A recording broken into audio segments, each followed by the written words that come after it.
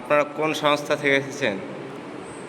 আমরা মানব কল্যাণ যুব কমিটি থেকে এসেছি, যে সংগঠনটা আমাদের মুর্শিদাবাদের বিভিন্ন জায়গায় বিস্তার করিয়াছে।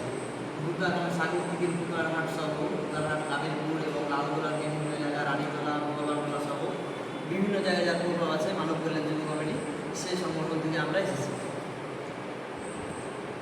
আর এই সংস্থার কাজ কি, মূলত যে কাজগুলো করা